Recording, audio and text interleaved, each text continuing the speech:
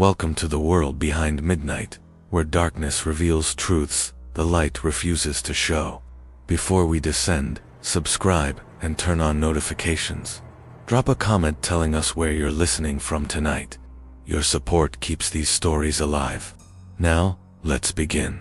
October 2001.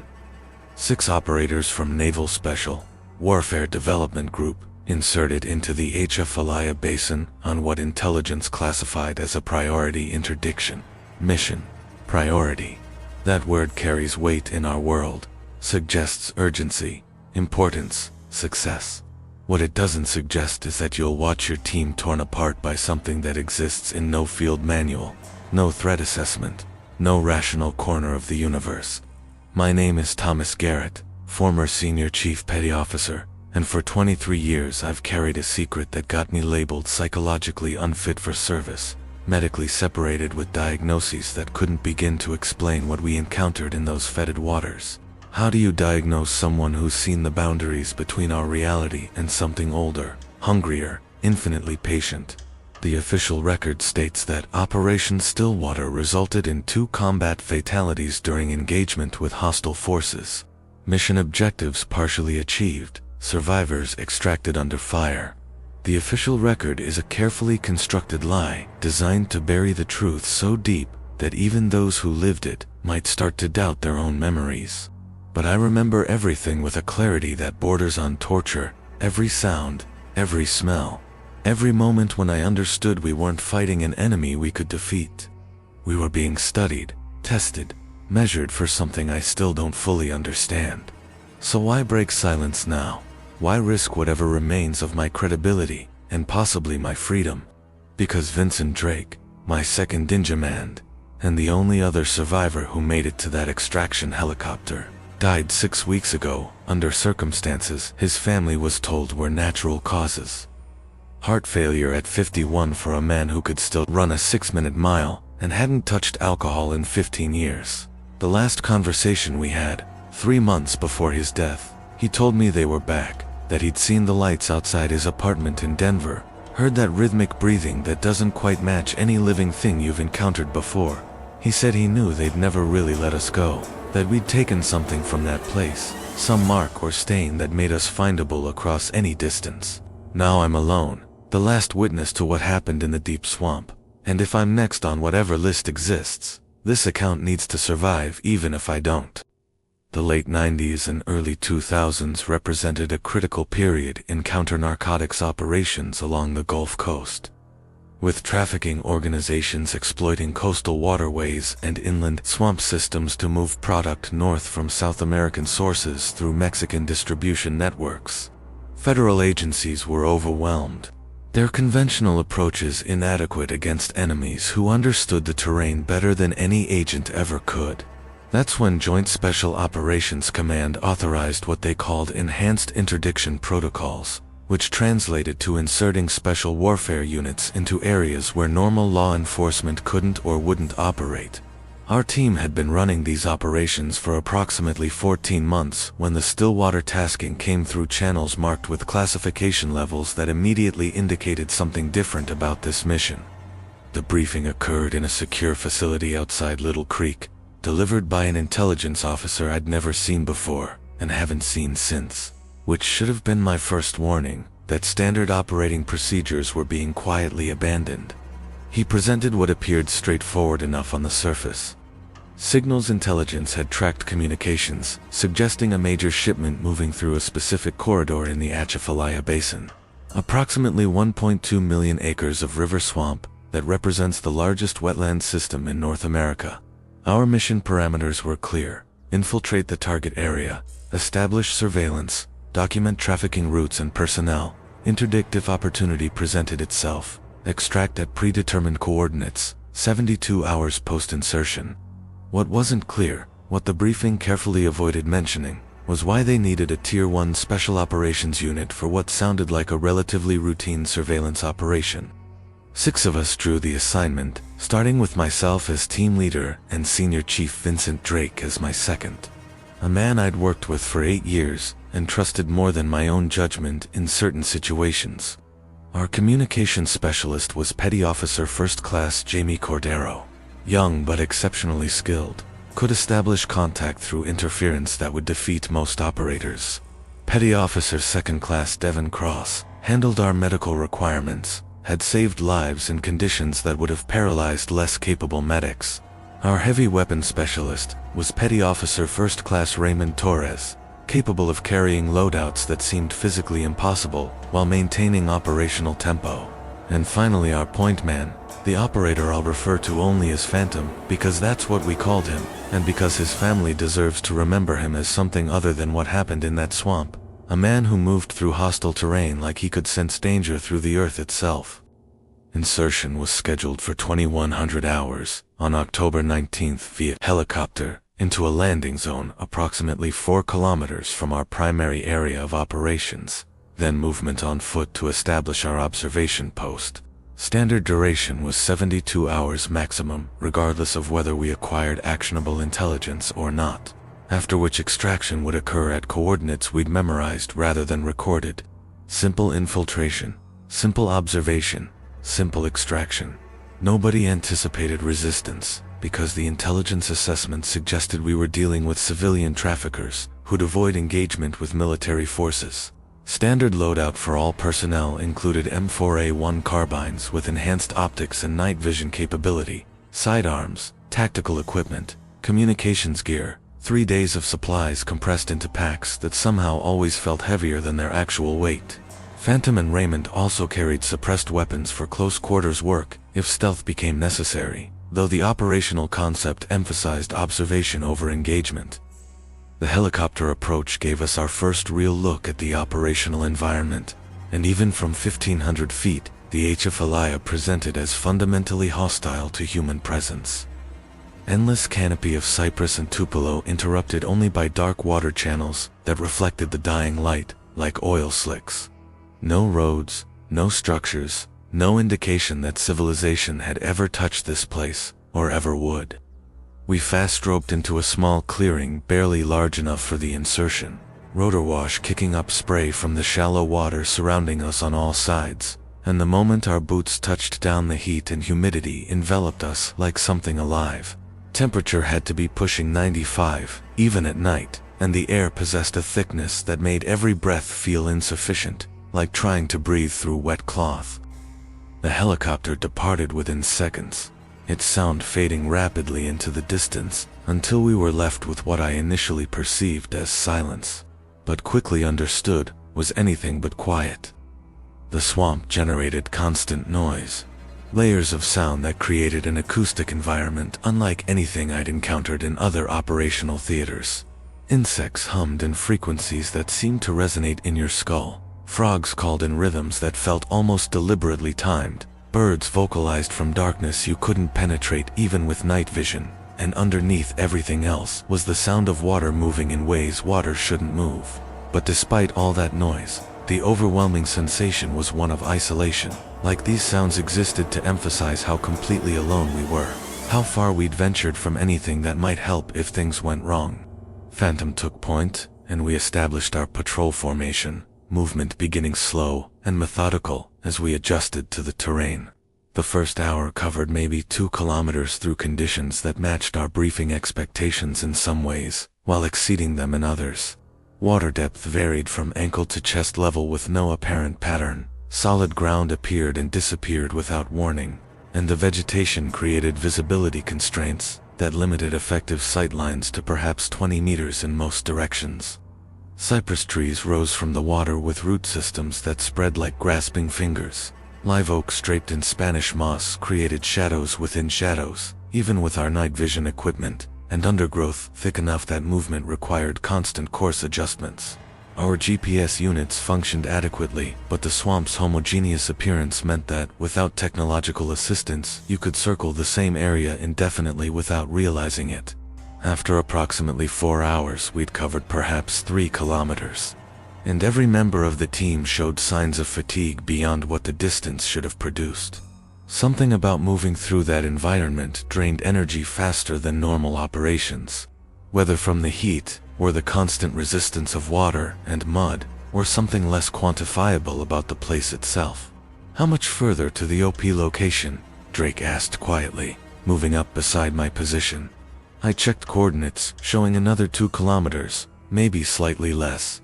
We'll establish position on that elevated area, Phantom identified during planning, should give us adequate observation capability. This whole area feels wrong, Cordero said from behind us. There's something about the atmosphere that doesn't match other swamps I've experienced. It's just environmental conditions, cross-muttered, heat and humidity, creating psychological effects. Once we're established and rested, everyone will stabilize. You feel it though, Cordero insisted. There's a presence here, like we're being evaluated. I did feel it, had felt it since insertion. But acknowledging such impressions undermines command authority and creates team instability. Stay focused on the mission, I said. We're all experiencing stress from the insertion and movement.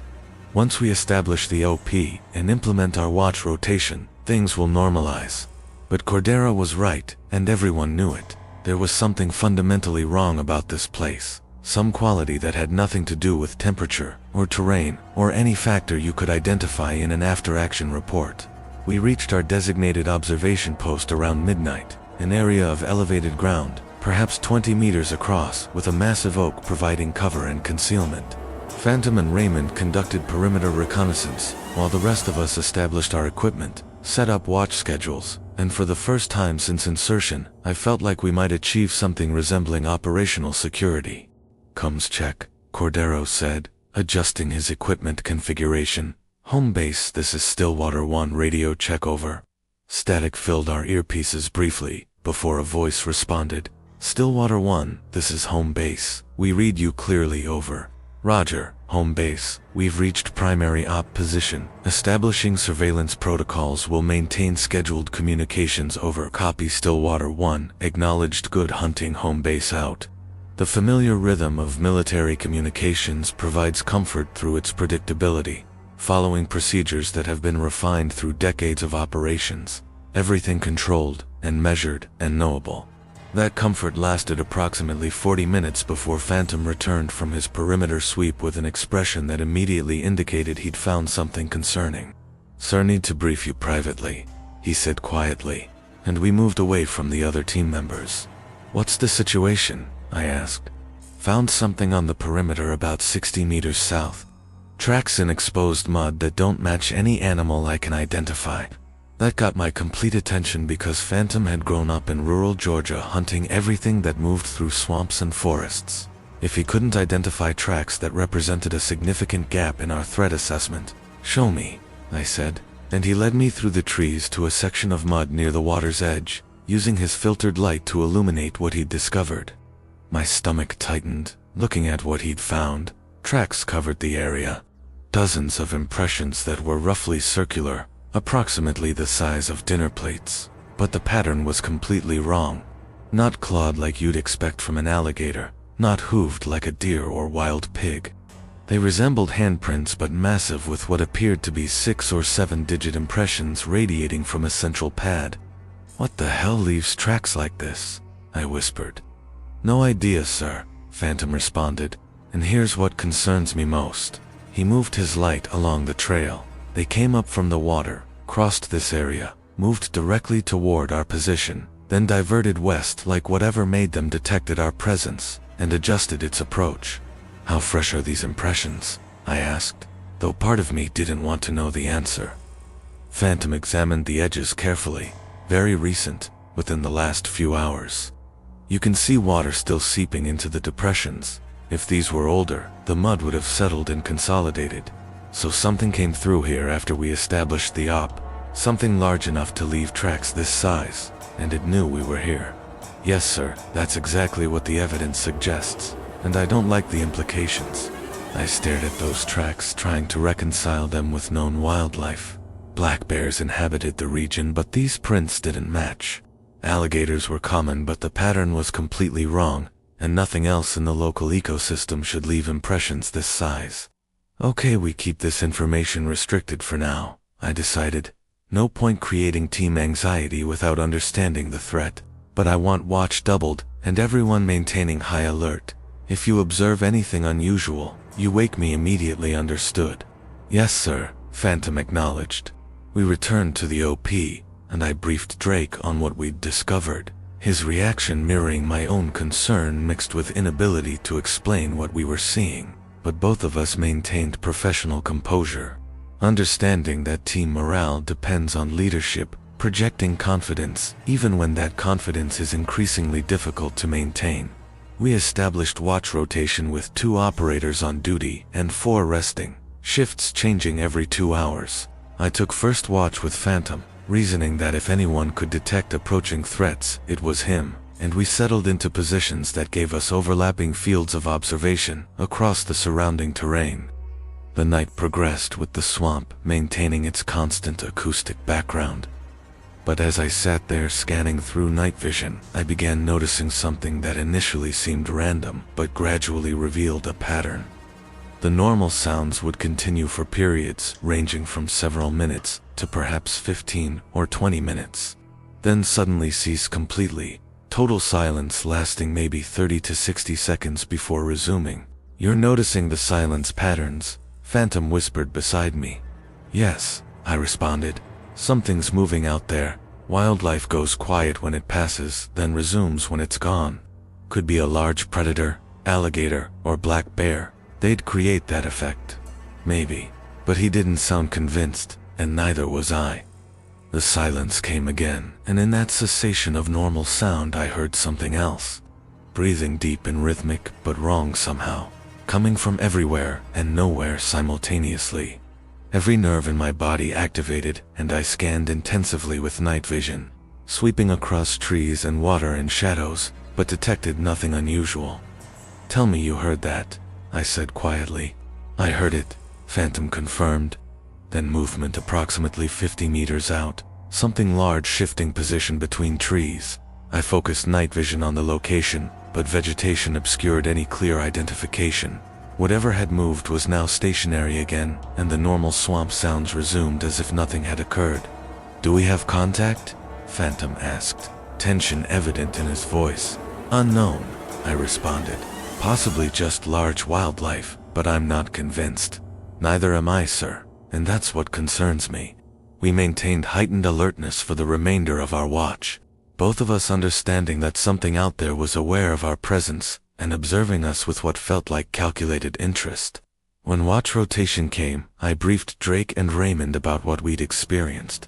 Drake developed the same expression I probably wore. The 1,000-yard stare that comes from recognizing you're in a situation that doesn't match your training or experience. "You're thinking we should abort?" he asked quietly.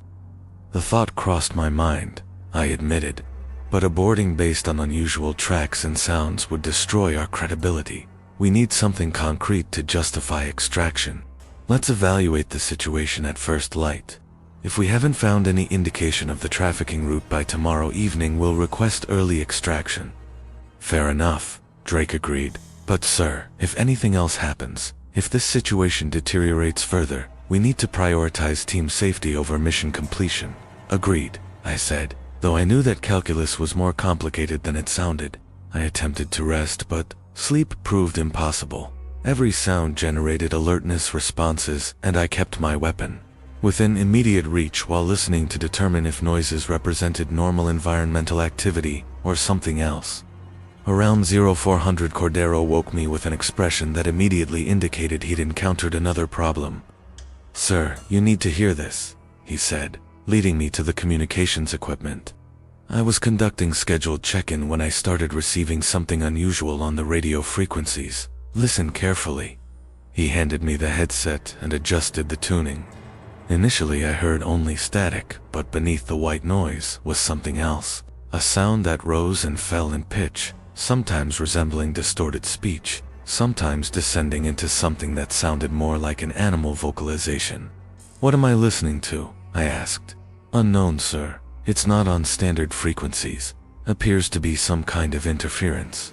But here's what's strange. It follows our transmissions. When I call home base, this starts. When transmission ends, it fades. I've run complete diagnostics, and all equipment checks normal." I listened for another minute, and that's when I detected it. Beneath the static and distortion was a pattern. something repeating with regularity, though I couldn't distinguish actual words. And then for just a moment I heard something that made my blood freeze, a voice clear and distinct saying, "We know you're here." "Did you hear that?" I asked, pulling the headset away. Cordero nodded, eyes wide. "I've been hearing it for approximately 15 minutes. Sometimes it says other things. We're watching. We're coming." "Sir, what the hell is happening out here?" I didn't have an answer, and that frightened me more than the phenomena itself. In my career, I'd encountered numerous threats, but all of them had explanations rooted in known reality. This felt like something else entirely, something that operated by rules I didn't understand. "Wake everyone," I ordered. "Full alert status now." Within minutes, the entire team was conscious and armed. I briefed them on what Cordero and I had heard, and reactions ranged from skepticism to genuine alarm. Raymond thought it was probably interference from local sources, maybe hunters or fishermen operating in the area. Cross suggested psychological warfare if the traffickers somehow knew we were present. But Phantom's reaction was most unsettling. He simply nodded slowly like this confirmed suspicions he'd already developed. "We need to relocate," Phantom said. "This position is compromised." "By what?" Raymond challenged. "Radio interference. We're special operators, not scared children, running from strange sounds. I'm suggesting we move to a more defensible position and reassess at first light." Phantom countered.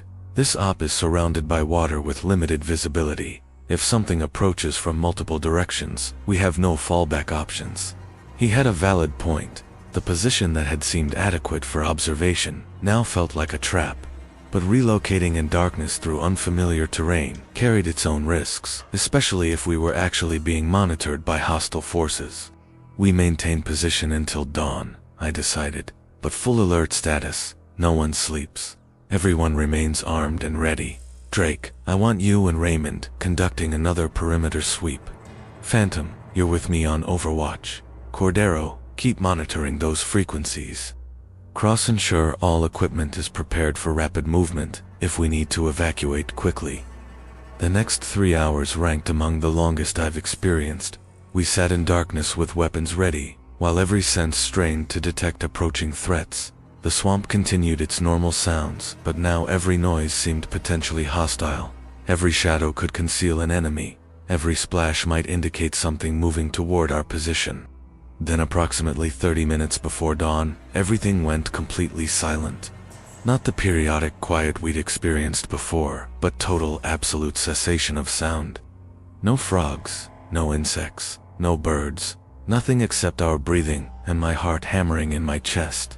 "Defensive positions," I whispered, and everyone immediately established fields of fire covering our perimeter. We waited 30 seconds, a minute, 2 minutes. Nothing moved. Nothing made sound, and the silence pressed against us like physical weight. And then in the pre-dawn darkness I saw it. At first I thought my night vision was malfunctioning, showing shadows where none should exist. But then I understood the shadow was moving, something massive circling our position just at the edge of visibility. Moving with fluid grace that seemed impossible for something that size. "You're seeing this?" Drake breathed beside me. "Confirmed," I responded. "What is that thing?" "Unknown, but it's large. Really large." The shape continued circling, never quite coming into clear view. Through night vision, it appeared as a dark mass, roughly humanoid in general outline, but moving in ways that were distinctly non-human.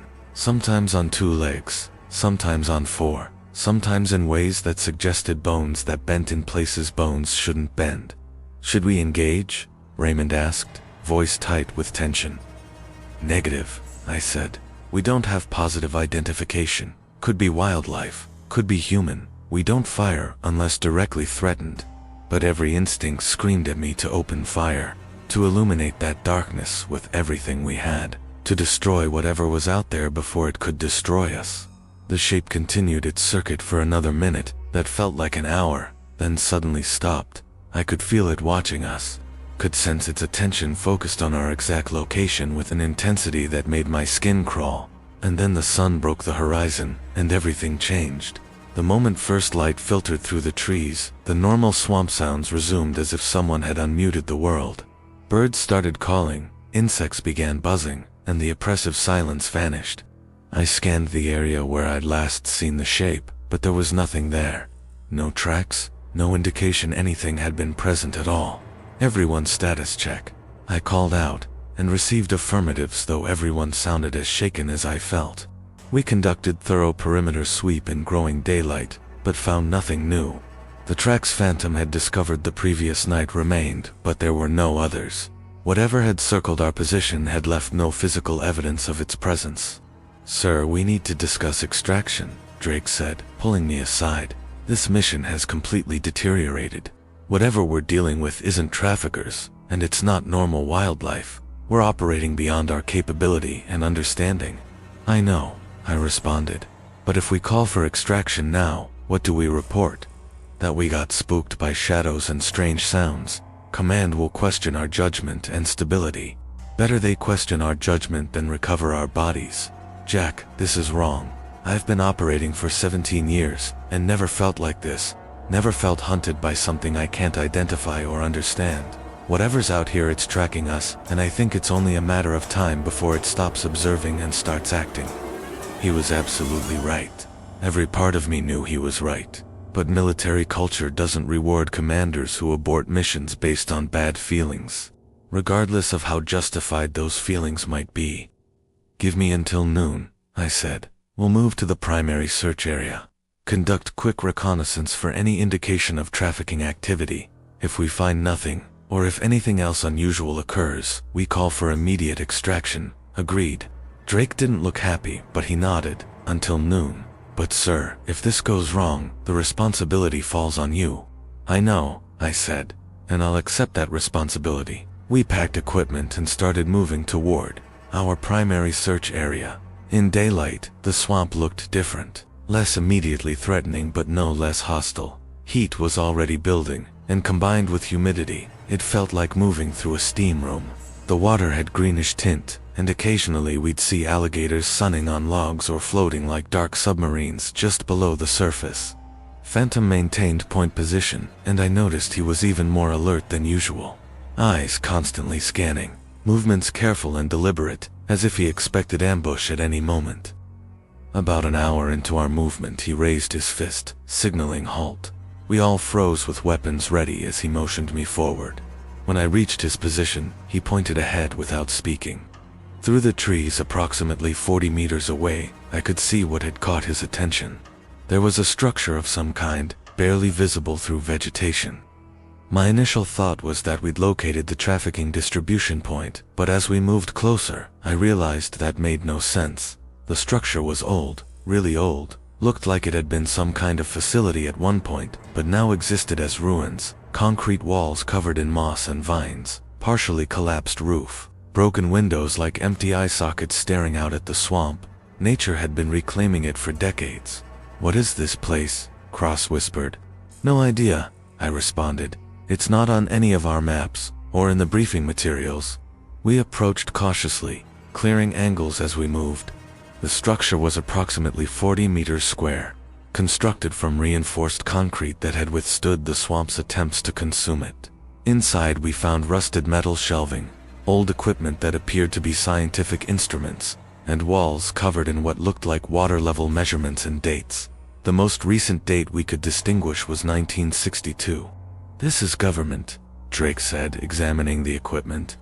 "Military or research facility. Someone was studying something out here." "Studying what?" Cross asked. "Unknown, but whatever they were investigating, they abandoned it decades ago," Raymond said. I was about to suggest we continue our movement when Phantom called out from the rear of the structure. "Sir, you need to see this immediately." We found him standing before a wall that was less damaged than others. On it, someone had painted an image using dark paint that had weathered but remained visible. The image depicted a figure that was vaguely humanoid, but wrong in every proportion. Too tall arms, too long, body twisted in ways that suggested skeletal structure that didn't match human anatomy. Around the figure words had been written in the same dark paint. It never left. "Stay out of the water. Don't look directly at it. If you hear it breathing, run." "What the hell is this?" Raymond said, voice higher than normal. Probably local people trying to create scary stories, Cross suggested, but he didn't sound convinced. Phantom was examining the paint closely. This isn't recent. Look at the weathering pattern. This has been here for years, possibly decades. Whoever painted this felt strongly enough about their message to come out to this abandoned facility and leave a warning. I stepped back trying to process what I was seeing. The warnings mentioned things we'd experienced, breathing sounds, something in the water, and someone had cared enough to document this long before we arrived. "We're done here," I announced, "and we're calling for extraction right now. No arguments." No one argued. Cross immediately began setting up communications equipment and attempted to establish contact with home base. But after several attempts, he looked up with an expression that told me we had another problem. "Sir, the radio isn't functioning. I'm getting nothing but static on all frequencies." "Let me try," I said, taking the equipment and cycling through every frequency we had. Cross was right. Nothing but white noise, and that same weird distortion we'd heard earlier. "Equipment damage?" I asked. "Ran complete diagnostics this morning. Everything was functioning perfectly then." "Try again." "Keep trying. We need to get a message out." While Cross worked on communications, I gathered the team. "Here's our situation. We have no contact with home base. Our scheduled extraction is tomorrow at 1300 hours at predetermined coordinates approximately 5 kilometers from our current position. We have two options. Stay here and keep attempting to establish communications, or start moving toward the extraction point now." "We should move," Phantom said immediately. "This place," he gestured at the ruins around us, "this isn't somewhere we want to be when darkness comes." Everyone agreed and we began moving toward our extraction coordinates, but our pace was slower now. The encounter at the ruins had shaken everyone, and the communications failure added another layer of anxiety. We were effectively cut off from support, alone in the swamp, with something that was tracking us. The rest of the day passed in tense silence. We made decent progress, but the terrain remained difficult. By late afternoon we'd covered perhaps 3 kilometers, and Cross continued attempting to establish radio contact at regular intervals, but with no success. As the sun started setting, we located another elevated area to establish temporary position. We'd camp here overnight, then push the final 2 kilometers to extraction point at first light. Simple plan. But as darkness began falling, I knew nothing about this was going to be simple. Night came quickly in the swamp. One moment there was daylight. The next we were in complete darkness that seemed to press against us from all sides. We established watch rotation and attempted to rest, but no one was actually sleeping. Everyone remained on edge, weapons close, senses straining to detect any indication of danger. Around 2200 hours it started. The silence came first. That same total cessation of sound we'd experienced before. Then in the darkness beyond our position, lights began appearing. Not flashlights or any electric illumination, but a strange pale phosphorescence that seemed to hang suspended in the air. They moved slowly, weaving between trees, sometimes approaching our position, sometimes retreating. "You're seeing this?" Drake whispered beside me. "Confirmed," I responded. "What are they?" "Swamp gas, maybe. Bioluminescence," he suggested, but I could tell he didn't believe it. These lights moved with too much purpose, too much intelligence. They were searching for something, searching for us. One of the lights drifted closer, and in its glow, I could see something moving beneath it. A shape tall and angular moving through water without creating any sound whatsoever. My finger moved to my trigger, but I didn't fire. Not yet. The shape stopped approximately 25 meters from our position.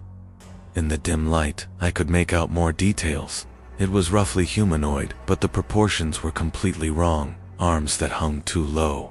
Torso that seemed to narrow. Head that sat at an odd angle on shoulders, and then it breathed. That same deep, slow breathing we'd heard before, but closer now. And in the silence, it sounded impossibly loud, like something forcing air through passages not designed for respiration. "Sir, permission to engage," Phantom whispered. "Hold fire," I responded. "Nobody shoots unless I give the order." But every fiber of my being wanted to say yes, wanted to eliminate that thing before it could move closer. The shape stood there for what felt like an eternity, that pale light hovering above it, and then impossibly it spoke. Not in words exactly, but a sound that approximated human speech, coming out in that same distorted pattern we'd heard on the radio. "We see you." Cross made a sound somewhere between a whimper and a gasp. Raymond started to raise his weapon, but Drake grabbed his arm, holding it down. We all sat frozen, watching this impossible thing watching us, and then it moved. In one fluid motion, it dropped to all fours and began circling our position, this time closer, and in the light from that eerie phosphorescence we could see it more clearly. Its skin was dark and slick, like wet leather. Its face was nightmare architecture, eyes that reflected our night vision like an animal's but positioned too far apart, mouth that stretched wider than should be physically possible. "Thomas, we need to move right now," Drake said, using my first name, which he never did on operations. He was right. "Everyone pack up," I ordered. "We're relocating. Move quietly. Move fast. Phantom, find us a route out of here." We started moving, attempting to maintain noise, discipline even as panic threatened to overwhelm us. The shape continued to circle, and now there were more lights appearing in the darkness. More shapes moving between trees. We were surrounded. "Contact rear," Raymond called out, and I spun to see another shape emerging from water behind us. "Move, move, move," I shouted, and we crashed through undergrowth, splashing through water. Branches tearing at our gear. Behind us, sounds of pursuit. Not running exactly, but something else. A fluid rushing sound like water flowing uphill. Phantom led us through the trees, his instincts guiding us even in darkness. We ran for what felt like kilometers until he suddenly stopped raising his fist. We all froze. "Why are we stopping?" Cross panted. Phantom pointed ahead. Through the trees, more of those pale lights were visible, blocking our path forward. "We're being herded," Drake said. "They're driving us toward a specific location. This isn't random pursuit." "Where?" Cross asked. I checked GPS coordinates. "The ruins. They're pushing us back toward that abandoned facility." "Why would they do that?" Raymond asked. I didn't have an answer, but behind us, the lights were closing in. To our sides, more shapes moving. The only clear path was forward toward that structure we'd found. "We could fight our way through," Raymond suggested. "We don't know what we're fighting," I countered. "We don't know if our weapons would even be effective." Before I could make a decision, Cross screamed. I turned to see him being pulled backward into water by something I couldn't see clearly. Phantom and Raymond both opened fire, muzzle flashes illuminating the night, but Cross was already gone, pulled under before we could reach him. Cross called out, starting toward the water, but I grabbed him. "He's gone. We can't help him. Everyone move now." We ran again, this time with pure desperation driving us. Cross was gone, and we were being hunted by creatures that shouldn't exist.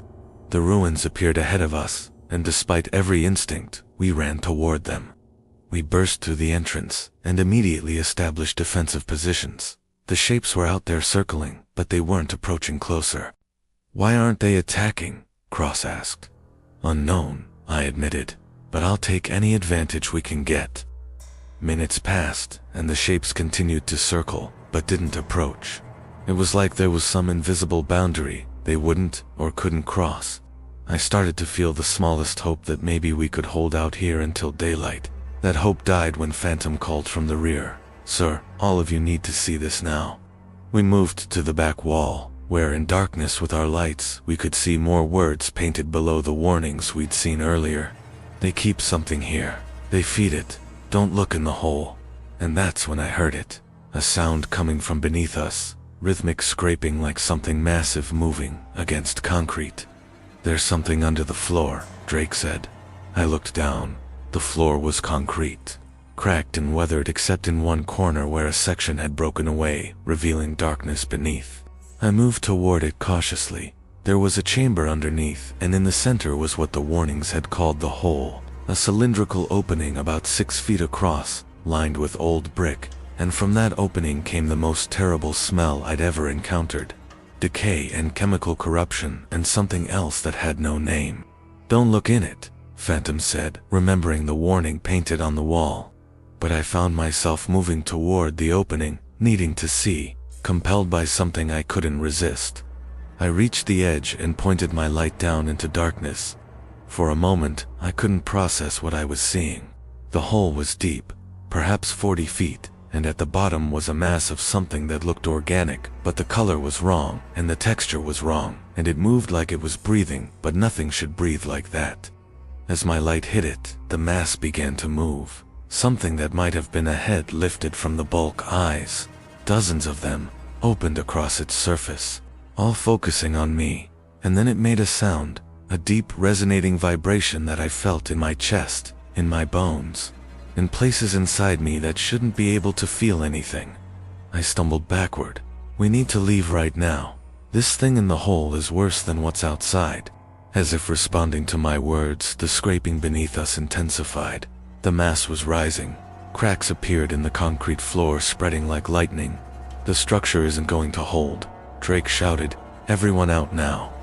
We ran for the entrance, and the moment we cleared the doorway, the shapes outside rushed forward. But they weren't attacking us. They were moving past us toward the ruins. Dozens of them converging on the structure. They were making sounds now. Vocalizations that might have been distress calls, or warnings, or something else entirely. Behind us there was a tremendous crash as the floor gave way. From the opening came a sound that made everything else seem quiet. A roar, a shriek, something that expressed both rage and hunger in equal measure. What the hell did we wake up? Raymond shouted. I don't know. Run. Go, go, go. We ran into darkness away from the ruins. The shapes that had been hunting us were now completely focused on the structure. Whatever was in that hole was emerging, and they were trying to contain it, or appease it, or something we couldn't understand. Phantom led us through the swamp, no longer following any planned route, just putting distance between us and that place. We ran for hours, time becoming meaningless. All that mattered was moving forward, creating space. The sounds from the ruins faded behind us until we could no longer hear them. But the memory of that thing rising from the hole, those dozens of eyes opening, that sound it made, all of it was burned into my mind with a clarity that I knew would never fade. Dawn found us somewhere completely off our planned route. Exhausted, soaked, and reduced by one. Cross was gone, taken by something in the water. And none of us wanted to discuss what might have happened to him after he disappeared beneath that dark surface. GPS check, I said. Where are we? Drake pulled out his unit, approximately 4 kilometers from extraction point, but we're in wrong direction. We need to head northeast, which means backtracking partially toward the ruins. Or we wait here, Raymond suggested. Maintain position until scheduled extraction. Negative, Drake said. Extraction isn't scheduled for another 28 hours. They won't start looking for us until we miss our window. We can't survive out here that long. Phantom was right. We need to reach that extraction point. Every hour we delay increases the risk. He was correct, and we all knew it. We had to move despite exhaustion, despite fear, despite everything that had happened. We started northeast, moving cautiously. The swamp seemed different now, in daylight. Every shadow held potential threat. We'd transformed from professional operators conducting a mission into survivors, trying to escape something we didn't understand. Around midday, Raymond spotted something ahead. Contact front. Wait, I think it's a person. We observed carefully. There was someone sitting on a fallen log near the water, a man wearing what looked like old military clothing from decades past. As we got closer, I could see he wasn't moving. Just sitting there, motionless. Hello? I called out. The man didn't respond or acknowledge our presence. We approached with weapons ready, and that's when I saw the back of his head. There was a massive wound, like something had removed a section of his skull, but he was sitting upright, and his chest was rising and falling with breath. Sir, we need to keep moving, Drake said quietly. But I couldn't look away. Something about this was wrong beyond the obvious wrongness. The man turned his head slowly, and I found myself staring at a face that was partially intact and partially destroyed. One eye was missing, and through the cavity I could see something moving inside the skull. The mouth opened, and words came out in a voice that sounded like it was coming from underwater. You're too late. It's awake now. You woke it up. You can't leave. None of us can leave. It marks you, and then you belong here forever. We're leaving right now, I said. Everyone moved northeast immediately. As we moved past the figure, it called after us. We've been here for years, some of us decades. It keeps us alive, uses us. You'll understand soon. You'll join us. We ran again, and I refused to look back. Refused to think about what that thing had been, or what it meant about our own futures if we didn't escape this place. The rest of the day passed in a blur of terror and exhaustion. We saw things in the water. Massive shapes beneath the surface that were too large to be alligators. We heard sounds in the trees, whispers that might have been wind but carried rhythms that sounded almost like words. And always the sensation of being watched, studied, measured for some purpose we couldn't comprehend. By late afternoon, we reached the extraction point, a small clearing, one of the few areas large enough for helicopter operations. We weren't supposed to be here for another day, but maybe if we could get the radio functioning, we could call for early extraction. Drake worked on communications equipment for hours, while the rest of us established defensive perimeter. As sun began to set, he finally got a signal. Home base, this is Stillwater 1, emergency extraction requested. How copy? Over. Static filled the air, then a voice responded, broken and distorted. Stillwater 1, this is home base, situation report. Over. Home base, we have 1 KIA, need immediate extraction. Current position is primary extraction coordinates. Over. More static then. Negative. Stillwater 1, extraction tomorrow. As scheduled, maintain position. Over. Home base, negative. We need immediate extraction. We are in extreme danger. Over. The radio went dead. Whether they'd received our message or understood the urgency, we had no way of knowing. All we could do was wait and hope. That night was endless. We established positions and waited as darkness fell and the shapes came again, circling our position, those pale lights appearing in the darkness. But they didn't attack, they just watched, like they were waiting for something. Around midnight, Raymond broke, the stress and fear and lack of sleep all catching up with him at once. He stood up and started screaming at the darkness. Come on, what are you waiting for? Come get us. You want us here, take us. Raymond, stand down, I ordered, but he ignored me. We're United States Navy SEALs. We're not afraid of you. Show yourselves. One of the shapes moved closer. It tilted its head in a gesture that was almost curious, and then it spoke. This time the voice was clearer, more distinct. You should run. That's what the others did. The ones who came before you. They ran, and we hunted them, and we fed them to the thing below. But you're different. You woke it up, and now it's coming. It's tracked you here. The ground began to shake, a low rumble that built in intensity until it felt like an earthquake. The water around us began to churn, trees swayed, and from somewhere in the distance came that sound again, the roar of whatever had been in that hole, whatever we'd awakened. It found us, Phantom said. The thing from the ruins. It tracked us here. How is that possible? I asked, though I already knew the answer didn't matter. Trees to our south began to fall. Something massive was moving through the swamp toward us. The water around our position began to recede, pulling away like the swamp itself was retreating from what approached. Everyone, tight formation, I shouted. Weapons ready. Raymond raised his rifle. Sir, we can't fight this. Our weapons aren't designed for whatever that is. Then what do you suggest? I asked. We scatter. We separate. Maybe some of us survive if we're not grouped together. No, we don't abandon each other. We've already lost Cross. We stay together. But we already left Cross behind, Raymond said bitterly. The difference is now we have a choice. We can stand together and die together, or we can scatter, and maybe some of us make it out. He had a point that went against everything I believed about unit cohesion and never leaving anyone behind. But the tactical reality was clear. Concentrated targets were easier to track and eliminate. The decision was taken from me. The thing burst through the tree line, and all tactical considerations evaporated in the face of what we saw. I can't adequately describe it, because human language fails to capture something so fundamentally wrong. It was like the mass from the whole, but larger, expanded, evolved. Parts of it were solid, parts were liquid. Parts existed in states between that shouldn't be possible.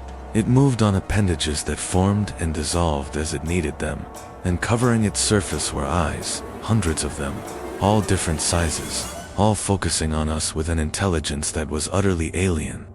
"Oh God," Drake breathed beside me. "What is that thing?" "I don't know. Scatter now. Everyone separates." We ran in different directions, and the thing paused as if confused by multiple targets moving apart. Then it flowed forward, and I saw it divide, splitting into separate masses that pursued each of us individually. I ran through the swamp, branches whipping my face, water splashing. Behind me, the thing pursued, and I could hear it gaining. I risked a glance backward, and immediately wished I hadn't. The mass pursuing me was large enough to engulf a car, still covered in those terrible eyes, moving with a speed that seemed impossible for something that size. Ahead of me I heard gunfire. Someone was engaging their pursuer. Then came a scream that cut off abruptly, and I knew we'd lost another team member. I kept running. My foot caught on a submerged route, and I went down hard, my rifle flying from my grip into the water. I scrambled up, reaching for my sidearm. The mass was almost on me, appendages reaching out. The sound of rotor blades made me look up a helicopter, our extraction helicopter appearing through the darkness impossibly early. It couldn't be our scheduled extraction, but someone had gotten our emergency call and responded. The thing pursuing me paused, its attention drawn to the aircraft, multiple eyes swiveling to focus on this new element. I didn't waste the opportunity. I ran toward the extraction clearing. Drake emerged from trees to my left, Phantom from my right. The helicopter was settling into the clearing, and I could see the crew chief waving us in urgently. We ran for the helicopter as the masses began converging, flowing back together, now focused entirely on the aircraft. Raymond broke from the tree line running hard, but I couldn't see Cordero anywhere. "Come on," the crew chief shouted. "We need to go right now." "We have one more man," I yelled back. "Sir, we don't have time," the crew chief responded. Drake grabbed my arm. "Thomas, we have to go. If we wait, we all die. Cordero is gone." He was right. I made the decision that would haunt me for the rest of my life. "Load up now." We scrambled into the helicopter, and it immediately began to lift. As we rose, I looked down. The thing below was reaching upward with appendages trying to grab the skids, and in the distance I saw a figure running toward the clearing. Cordero, too late to reach us. He stopped at the edge, looking up at us with an expression I'll never forget. Not anger or fear, just acceptance, understanding that he'd been left behind. The masses were converging on him from multiple directions, and I turned away. I couldn't watch what happened next, but I heard his screams over the rotor noise. Heard them continue far longer than they should have been possible. The helicopter banked hard and headed north away from the swamp. None of us spoke during the flight. We'd inserted as a 6-man team and were extracting with 3. Cross taken in the water, Cordero left behind at the extraction point, and 2 other men who'd been part of something I still couldn't fully process. When we landed at our forward operating base, we were immediately separated and debriefed individually. My interrogation lasted 14 hours. They wanted every detail, and I told them the truth, knowing how insane it would sound. The officer, conducting my debriefing, listened without expression. When I finished, he closed his notebook and looked at me with eyes that revealed nothing. "Senior Chief Garrett, what you've described isn't possible. You understand that, correct?" "I know what I saw," I responded. "You were in a high-stress environment, limited sleep, difficult terrain, extreme heat, and humidity. These factors can create hallucinations. The mind tries to make sense of traumatic events by constructing explanations that feel real, but aren't. It wasn't a hallucination. All 3 survivors reported similar experiences. The other members of your team have given accounts that contain similarities, but also significant inconsistencies. Variations that suggest psychological trauma rather than objective reality. Each of you saw different things, experienced different phenomena. That's characteristic of stress-induced perceptual distortions, because the thing could change shape, could adapt, could present differently to different observers. Enough. He held up his hand. Here's what's going to happen. You're being sent back to the States for psychological evaluation related to combat stress. Your after-action report will be classified at levels that will make it inaccessible even to most personnel with top-secret clearance. The official version is that Operation Stillwater encountered armed resistance from trafficking organizations. 2 members were killed in engagement, you completed partial mission objectives, and were extracted under fire. Do you understand what I'm telling you? And if I don't accept that version, I asked, then you'll be held for extended psychiatric evaluation until you do. And your career will end in a way that ensures no one ever trusts your judgment again. Is that what you want, Senior Chief? I accepted their story, signed documents I barely read, and maintained silence. The evaluation diagnosed me with post-traumatic stress disorder, and 8 months later, I was medically separated from service, with benefits and restrictions that made it clear I was expected to disappear quietly. Drake received the same treatment, as did Phantom. All of us discharged, all told to never speak about what really happened. For years, I tried to convince myself they were right, that we'd experienced some kind of mass hallucination brought on by stress and environmental factors. But I knew the truth. We'd encountered something in that swamp, something that had existed there long before humans arrived, something the military knew about but refused to acknowledge publicly. The old research facility, the warnings painted on the walls, the thing in the hole. Someone had been studying that location, had known what was there, and had abandoned their research without destroying what they'd found. Maybe they couldn't destroy it. Maybe they just sealed it away and hoped it would remain dormant until we came along and woke it up. Now Drake is dead, and I'm wondering if I'm next on whatever list exists, if that thing somehow marked us and is now coming to finish what it started. I've taken precautions over the years. I don't live near water. I keep weapons accessible. I sleep with lights on, but I know that if it wants to find me it will. Nothing we did hurt it. Our weapons were irrelevant. Our training was useless. We were never hunting anything. We were prey from the moment we inserted into that swamp. So I'm telling this story now while I still can, because if I disappear, at least someone will know the truth. Operation Stillwater wasn't just a failed mission. It was an encounter with something the military has been covering up for decades. Something that might still be out there in the Atchafalaya Basin, waiting for the next group of people who venture too deep. If you're ever in Louisiana, stay out of the deep swamp. Don't investigate abandoned facilities. And if you hear something breathing in the darkness, if you see those pale lights moving between the trees, don't try to understand what you're experiencing. Just run, and don't stop running until you're far away from that place, because we weren't trained for what we encountered. Our weapons couldn't hurt it. Our tactics were meaningless, and the only reason any of us survived was because that helicopter arrived when it did. Minutes later and we'd all be gone, absorbed into whatever that thing was, kept alive but not living, used for purposes I don't want to imagine. Cross and Cordero are still out there, part of whatever ecosystem exists in that swamp. Sometimes late at night, I wonder if they're still conscious on some level, if some part of them remains aware and trapped in a nightmare that never ends. It's a thought that destroys sleep more effectively than any amount of fear. This is my testimony. This is the truth of what happened during Operation Stillwater in October 2001. Believe it or don't believe it. I just needed to get it documented before the same thing happens to me that happened to Drake. If you're reading this and I'm already gone, then you'll know I was right. And maybe someone will finally do something about what's living in the Louisiana swamp before more people die. But I'm not optimistic. The government has been covering this up since at least the 1960s, based on those dates we found.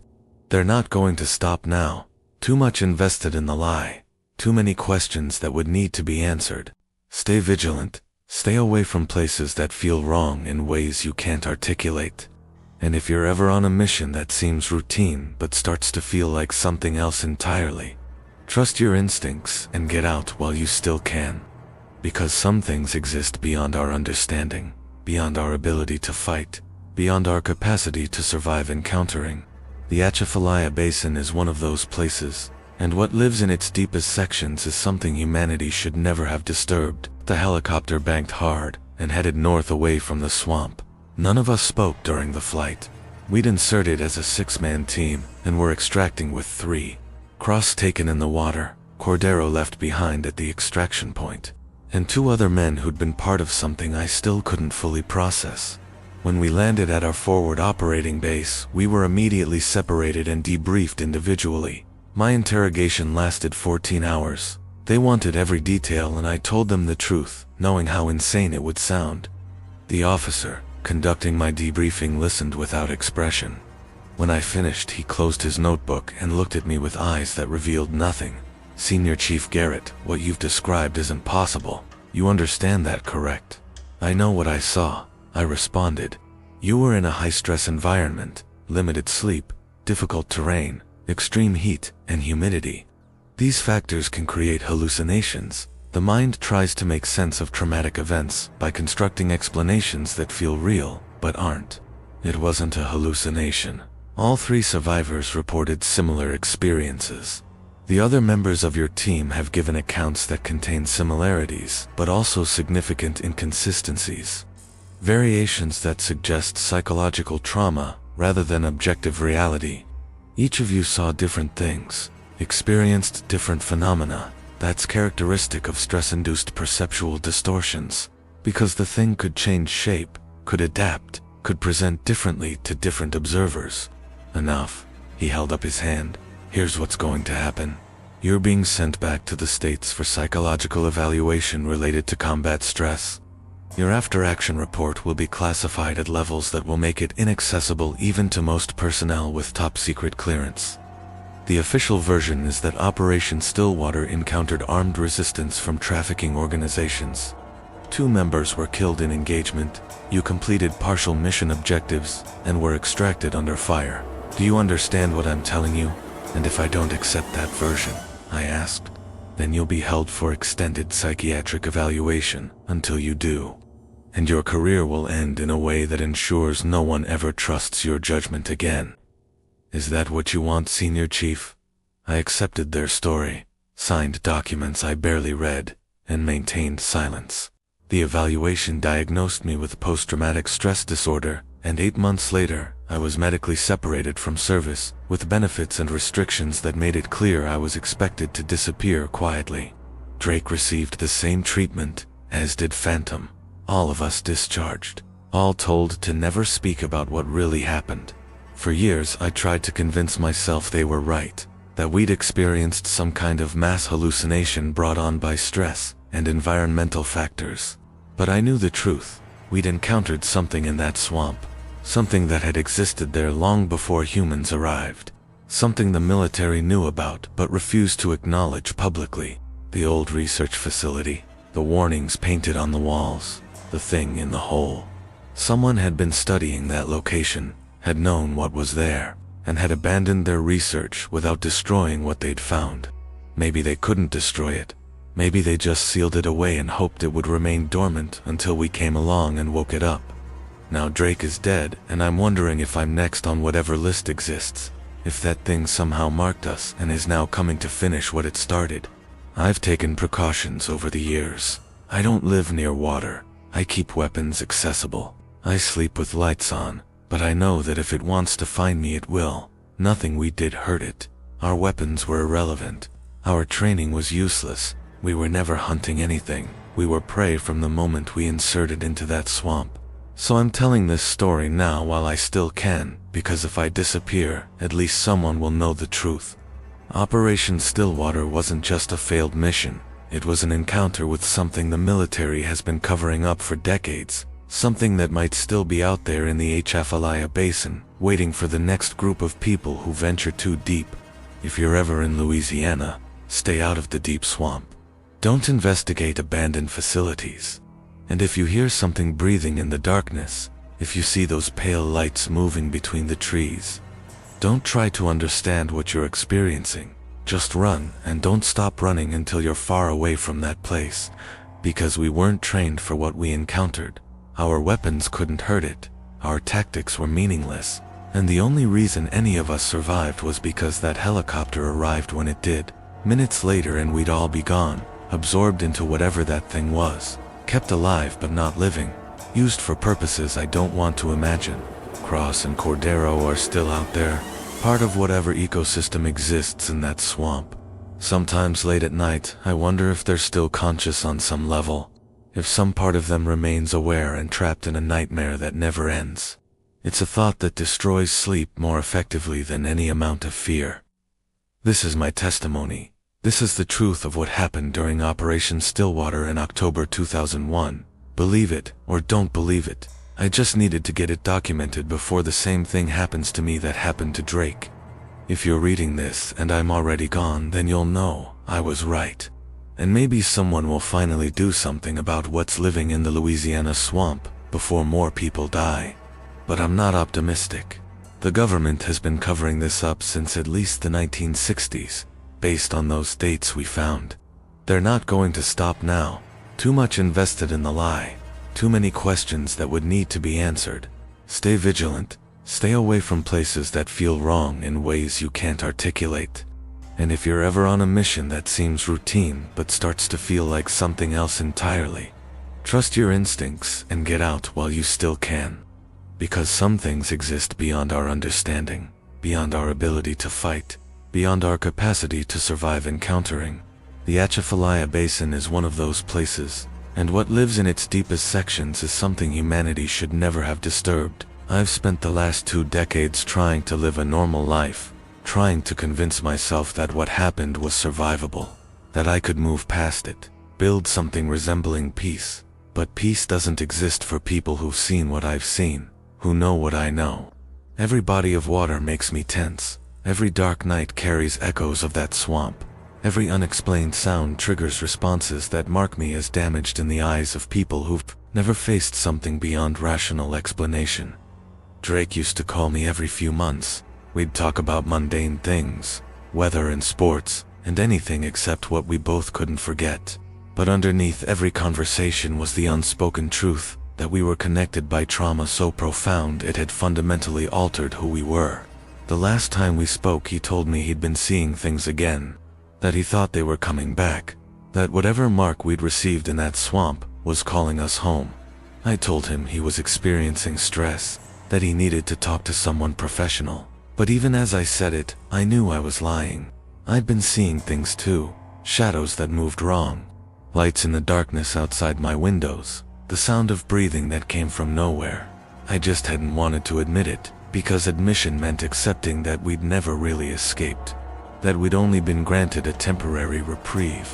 When I got the call about Drake's death, I knew immediately what had really happened.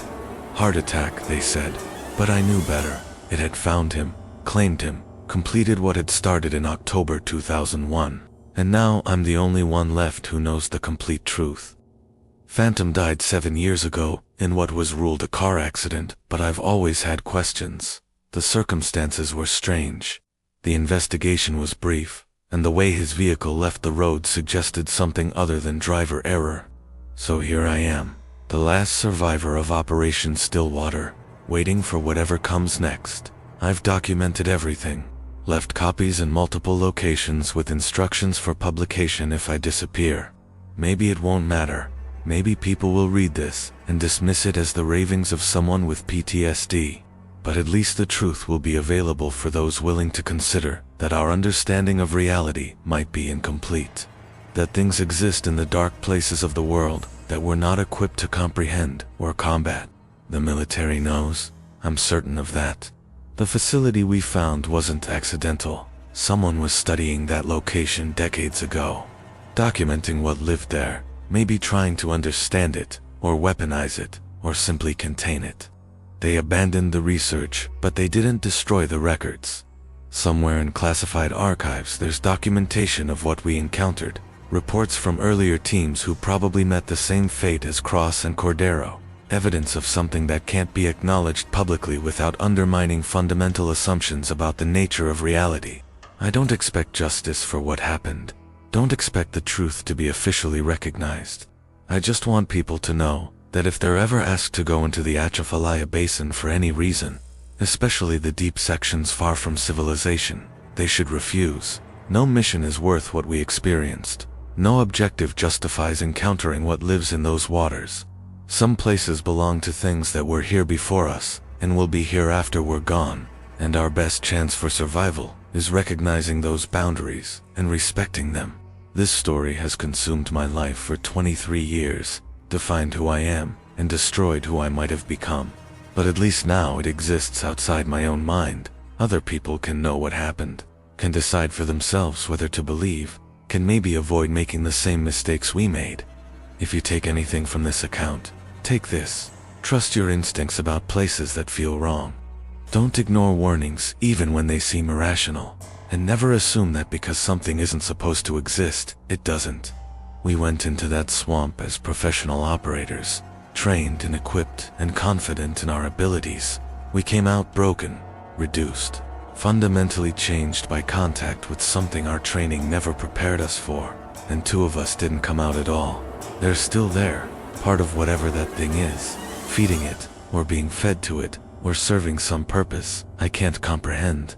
And I have to live with the knowledge that I left them behind, that I made choices that saved some of us, while condemning others. The weight of those choices doesn't diminish with time. It accumulates, grows heavier, becomes the lens through which I view everything else in my life. Survivor's guilt is real, and it's relentless, and it doesn't care that you made the only tactical decision available in the moment. It just reminds you every day that you're here, and they're not. So if this is my last testimony, if I disappear after publishing this, know that I'm not afraid of dying. I'm afraid of becoming like that figure we saw, kept alive but not living, aware but trapped, serving something I can't understand, for purposes I can't imagine. If anyone from the military reads this, and recognizes the truth of what I'm describing, please, do something about that place. Destroy it if you can. Contain it better if you can't. But don't send more people in there without full disclosure of what they're facing.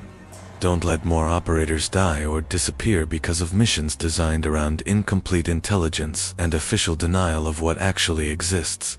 We deserved better than we got. Cross and Cordero especially deserved better. They died serving their country, and their country won't even acknowledge how they really died, or what killed them. That's the final betrayal. Not the encounter itself, but the abandonment afterward. The insistence that we experienced mass hallucination rather than objective reality. The medical separation with diagnoses designed to discredit anything we might say about what really happened. The classification levels that ensure no one will ever see the truth in official records. All of it calculated to bury something that powerful people decided was too dangerous or too embarrassing to acknowledge. But I'm acknowledging it now. I'm putting it on record in a way that can't be completely suppressed. And maybe somewhere someone who has the authority to act will read this and decide that enough is enough. That the truth matters more than maintaining comfortable lies. That the people who died deserve to have their real story told. I'm not optimistic, but I'm also done remaining silent. Done protecting an institution that abandoned us when we needed support most. This is Thomas Garrett, former Senior Chief Petty Officer, Naval Special Warfare Development Group, and this is the complete truth of Operation Stillwater. October 2001. Everything that follows is supplementary description to help people understand what we encountered. Visualize it. Recognize it if they ever face something similar. Stay safe, stay alert, and if you ever find yourself in a situation that feels like it's moving beyond normal parameters into something else entirely, trust that feeling and extract yourself while you still can, because hesitation kills, and some things you encounter you can't unencounter. They become part of you forever, marking you, changing you, claiming you in ways you won't understand until it's too late. If there are stories waiting in the dark, subscribe to The World Behind Midnight, and keep your light burning, because some truths demand to be heard, even when the world refuses to listen, and some voices need to speak, even when silence would be safer. This is one of those truths. This is one of those voices. And now it's yours to carry forward.